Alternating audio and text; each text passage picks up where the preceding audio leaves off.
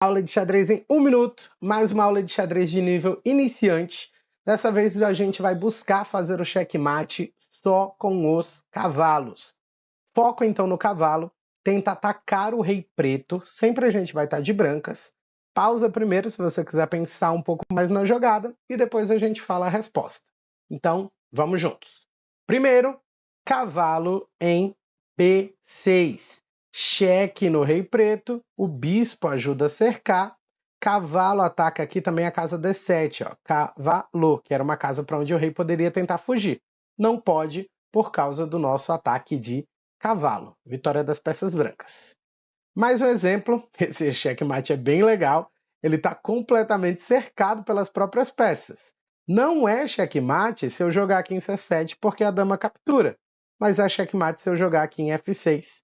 Não tem para onde o rei fugir, ninguém consegue capturar o meu cavalo, vitória das peças brancas. Mais um exemplo de mate de cavalo, cavalo em F6. Cheque, o rei não pode fugir por causa do bispo, e aqui de novo por causa do meu cavalo. Só faltou meu rei aqui, mas tá tranquilo. Mais um exemplo de checkmate de cavalo, agora cavalo em C6.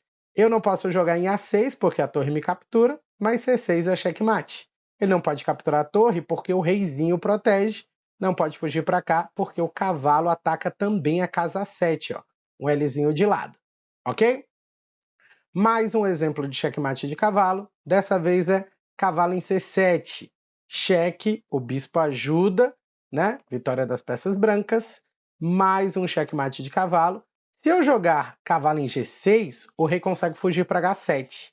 Mas se eu jogar cavalo em F7, aí o rei não tem para onde escapar. Vitória das peças brancas. Mais um exemplo de checkmate de cavalo, esse também é bem legal. Cavalo em E6. Cheque, o peão ataca as outras casas e ele não pode fugir para G7 por causa do meu Lzinho aqui, ó, de lado. Pocotó. Então, já era para ele de novo. Mais um exemplo de checkmate de cavalo, dessa vez com cavalo em H6. Cheque, não pode fugir por causa do bispo e por causa da torre. Novamente faltou nosso rei, né? Mas está tranquilo. Mais um exemplo de checkmate de cavalo, cavalo em F5. Cheque, não pode fugir para nenhuma das outras casas por causa da dama. E aqui em H6, cavalito atacante. E o último checkmate de hoje, mais um exemplo de um checkmate com o cavalo. Se eu jogo o cavalo aqui, ó, em E5, cheque, ele não pode fugir aqui para cima ó, por causa do meu cavalo também.